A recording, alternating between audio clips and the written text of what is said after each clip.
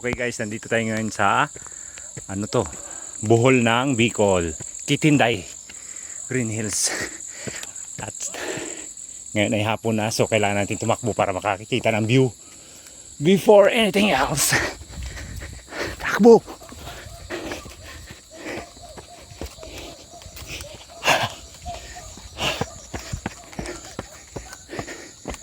So sabi ni Kuya, hiningal ako. Kailangan natin pumunta ng left side muna pagdating dito sa taas. So ito yung Bohol ng Bicol. Alright, good afternoon guys. Nandito ngayon tayo sa Bohol ng Bicol, na kung saan ay makikita ang Bulkang Mayon. Dito tayo sa Kitinday, Green Hills, overlooking kita yung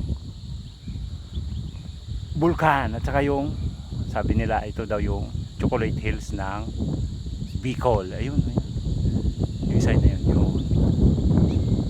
Alright, kita nyo guys, maganda pala dito, mahangin, malamig, fresh ko. Ayan, ganda. Meron din pala doon sa kabila. Tingnan nyo sa paikot. Parang ang Chocolate Hills.